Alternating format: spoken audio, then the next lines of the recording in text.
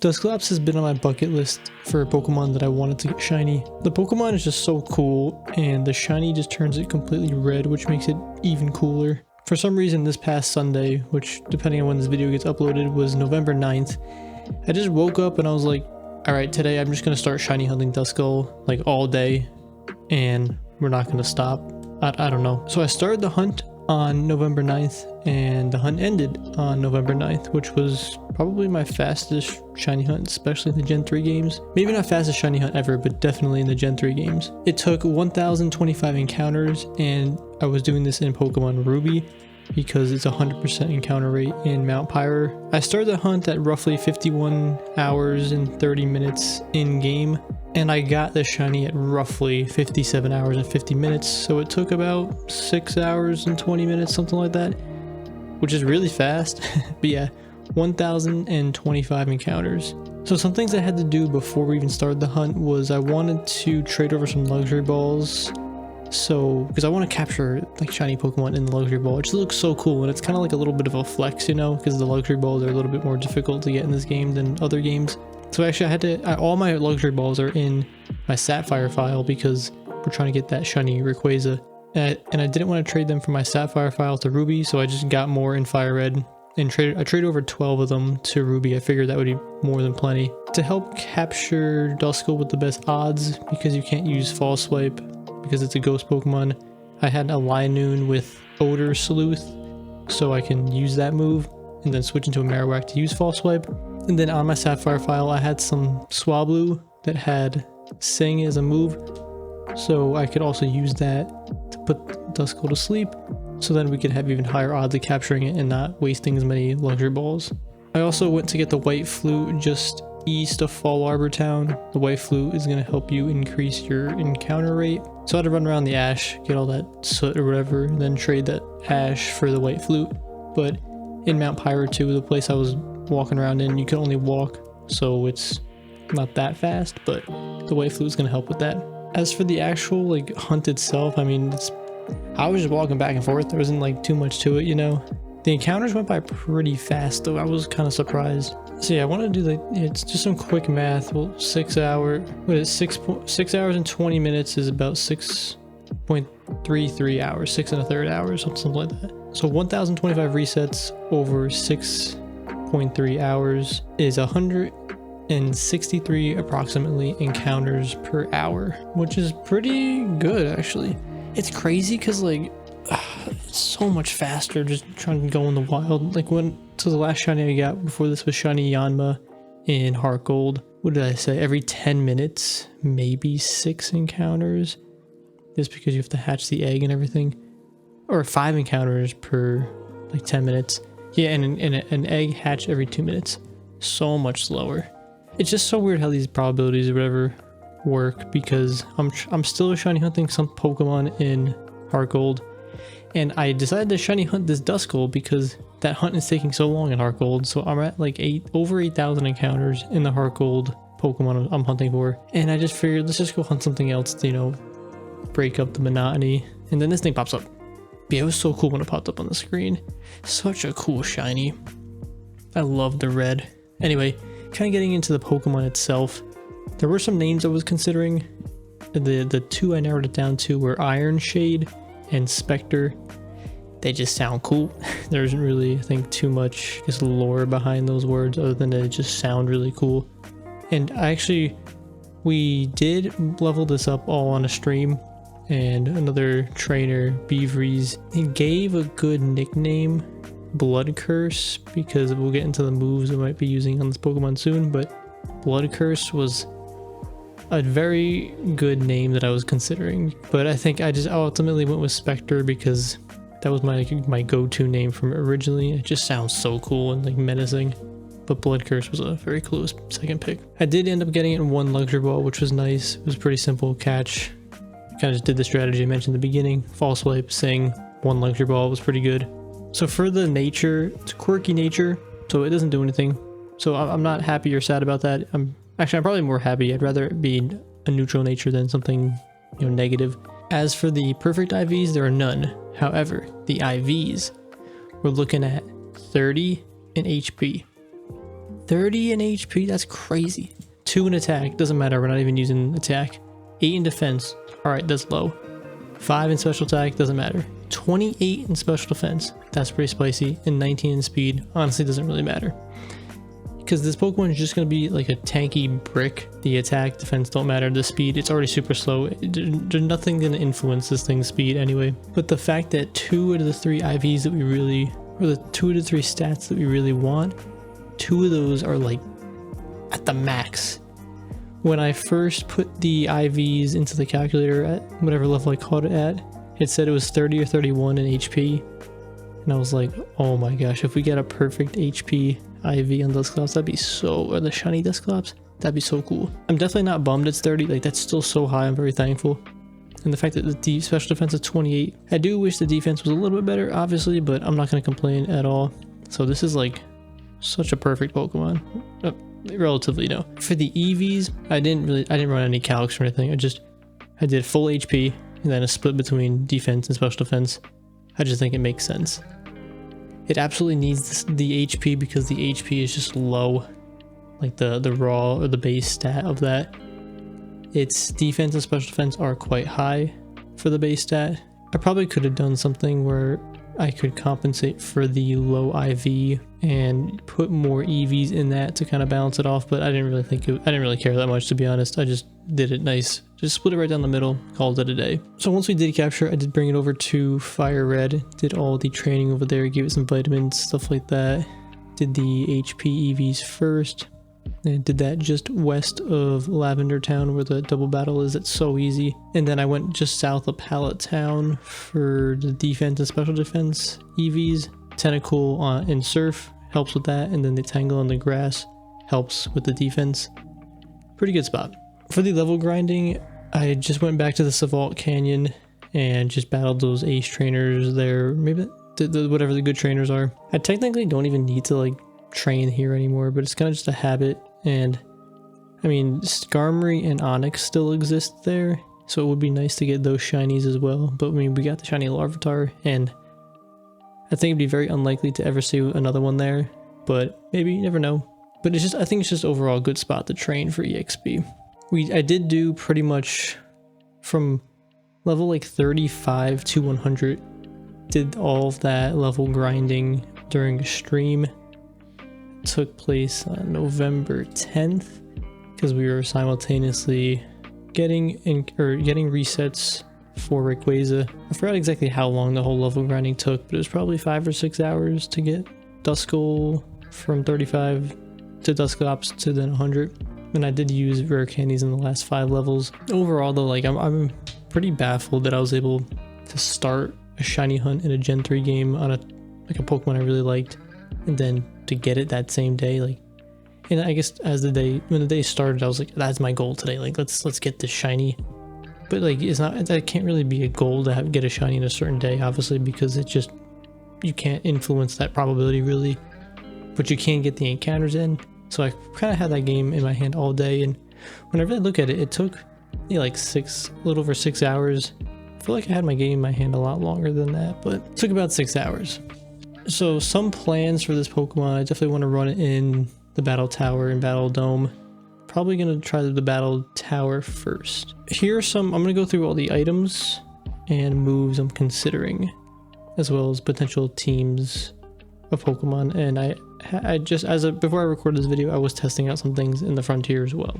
There's pretty much only 3 I'm considering: Leftover, Chestoberry, and the Bright Powder. Leftover is going to heal us a little bit. Chestoberry, if we want to run the Rest Wombo combo, that could be good too. And the Bright Powder is going to increase our evasiveness, which if we pair it with Double Team, I think would be even spicier. For the moves, we got Will-O-Wisp. This was great because we get the burn, do some damage. We get to lower our opponent's attack stat, which is even better because Duskclops' defense is already quite low because of the bad IVs. So this could be a good consideration. My biggest consideration for a move was Curse. So it's going to cut our HP in half, but it's going to do approximately 1/4 of the opponent's health. That just seems so fun and spicy. Double Team could be really good in increasing our evasiveness and combining it with something like Toxic or Curse, where we're doing some chip damage, or maybe not chip damage, but consistent, I can't think of the word right now, but that type of damage that isn't just attacking The next move is Protect. It's pretty much an auto include on Duskclops because we have the ability Pressure, so that combination is just insane. That is absolutely a move that will be on this Pokemon. Torment was another option because the Torment Protect with the Pressure combo is pretty crazy. Torment's going to make it so our opponent can't use the same move back to back, which when we combine that with Protect and even Pressure, we get to control the game and just make better use of our decision making. Seismic Toss and Nightshade are considerations. They're pretty much the same move, so I'd probably pick Seismic Toss over Nightshade. Even though Nightshade is more fitting for a ghost Pokemon, we need that ability to hit those bulky normal types, and we need the Seismic Toss. Confuse Ray is a good option because it's a 100% chance of making our opponent confused. That in combination with something else like Curse or Toxic, I think would just be overall really good and doing some additional damage as well. Rest is another consideration to help increase our HP back, especially if we are running the Curse build. But just in general, on a tanky Pokemon, Rest and Justo Berry could be a good combination. Icy Wind is a consideration as just another damaging move, especially just that being that ice, but also because it's going to decrease speed by a good amount, which could help facilitate our other team members. The last move I'm thinking about is Flash, which could reduce accuracy, although it does have a 70% hit rate, so it's probably not the best, but just something I'm considering. With all those moves, I kind of narrowed it down to roughly 3 different move sets I'm considering and will likely test out. The first one is I really want to use Curse. It just seems so spicy and fun. So I guess before this conversation, I do have a Duskclops that is ridiculously good. That Duskclops was trained in HP, defense, and special defense. We run a leftovers on it. We had Toxic, Seismic Toss, Protect, and Rest. It essentially like never died. It was just unkillable and could pretty much defeat anything with the Toxic and Seismic Toss. I did recently swap the Rest with Icy Wind because I wanted to test it out, because it just felt like the Rest with the leftovers was too much healing, where I could have had something else to, fill in the gaps of some other team. In the slot of Icy Wind, I was also considering Torment because it just, like, you can just set up so well on this Pokemon and just stall and gain information. There's so many things this Pokemon can do because it's so tanky and it can learn such good moves. Anyway, that is a Duskclops that we have now, so I'm using like what I learned from that Pokemon and applying it to the shiny. Anyway, I did really, getting to the first move set, really did want to use Curse, so I think for right now we're going to be testing that out. So we got Curse, absolutely need Protect, it's just a kind of no-brainer. And then I'm thinking about Double Team and Confuse Ray, and we're going to be running a leftovers. I was kind of thinking about Bright Powder on this because if we go Double Team, but if we're using Curse, we really need a way to kind of get back a little bit of HP because we're going to be hitting ourselves hard. So I think the leftovers would combat that a little bit. I guess one move that I didn't note up here was Substitute. Probably won't be adding that to this Pokemon. It just seems like a lot, but it is a consideration. So leftovers, Curse, Protect, Double Team, and Confuse Ray is an option. The idea being is Curse is going to be the main way this Pokemon's going to be dealing with other Pokemon. Protect is going to be there to pressure stall, to get some information about our opponent, and to kind of get a free turn for our Curse to do additional damage while healing with leftovers. Double Team and Confuse Ray are going to be there to support the Curse and the survivability of Duskclops. If we can get a Double Team or 2 off, again, this is all kind of hypothetical. I have been testing some things out, so there are some things I'm learning, but just again, if we can get a Double Team or 2 off and we can make Duskclops survive and it can take out a Pokemon with Curse, even if we survive long enough to get into the next Pokemon and just Curse, and even if Duskclops dies, that's still huge. So I'm just trying to see how we can maximize Curse's value on this Pokemon, even if Duskclops has to go, kamikaze mode. One thing I learned is that Curse sometimes will leave a Pokemon with like 1 HP, depending on, just how that works. If it's like the visibility by 4 or whatever. Having Confuse Ray might be better than I originally thought, because if the opponent hits itself even once, that's going to make it so if we do have Curse up, it will just do that little bit of additional damage to get us over the finish line on defeating a Pokemon. But it will also save us some additional turns where they're not hitting us, so we will get more from the leftovers and maybe have additional chances to throw up some Double Teams. I see the synergy. I don't know if it's it'll actually be as good as I see it, you know, if that makes sense, because once you put it into practice, it's a little bit more difficult. But the main idea of this moveset is to get the curse off and stall and set up and hopefully get to the next Pokemon, even if you gotta use curse and it defeats you. But that's the idea for this, and I do have some teams I'm thinking about. Obviously nothing's isolated within itself, but anyway, that's one moveset. The other moveset would be kind of just to go back to what we originally had on the previous Duskclops. Probably just go Protect, Seismic Toss, Toxic, and then probably Torment. And then this would be more of a Pokemon that you, I guess, maybe pressure stall a little bit more and use to set up the game or control the game in the beginning to then just bring in another Pokemon with something like Dragon Dance. So that is a thought there. I do want to experiment with the curse, but that is a backup plan as well. And it doesn't matter how we EV train or train this Pokemon in general, because both strategies support those movesets and the role of Duskclops on the team. I think Bright Powder just isn't a good option compared to leftovers for Duskclops, and because I want Duskclops to be as sticky as possible, the rest Chestoberry doesn't really make sense. I think leftovers will always be the move, maybe Bright Powder, but I think the rest Chestoberry just puts Duskclops in a little bit less good of a situation. And again, I could be wrong, and people could have success with rest Chesto, even like rest Chesto Curse Duskclops.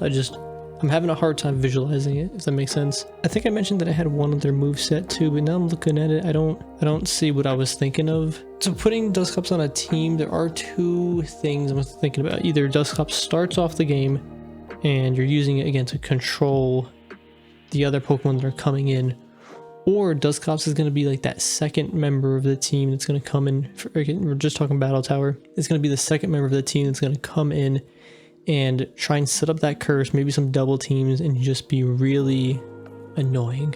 So right now I'm testing out it being the second member of the team, and I'm actually using my shiny Umbreon to facilitate this curse setup. So what I'm thinking of right now, and what I've slowly been practicing today and trying to implement, it's going to take some time, but essentially we have Umbreon. I think right now it's got Sand Attack, Moonlight, Toxic, and Protect. This isn't like the best thing ever, but again, I'm trying some things out. There are some things I'm considering also on Umbreon, like using either Screech or Charm or even Confuse Ray in replace of the current items or the current moves that we have. But essentially the Sand Attack and Protect are kind of there to get some information in the beginning about our opponent. Sand Attack to reduce the accuracy, and that's kind of where I'm thinking like Charm might be really good, because if we Charm, I just double checked it. Charm and Wish are only egg moves. Ugh, that's tragic. So to take that back, we can't Charm or Wish.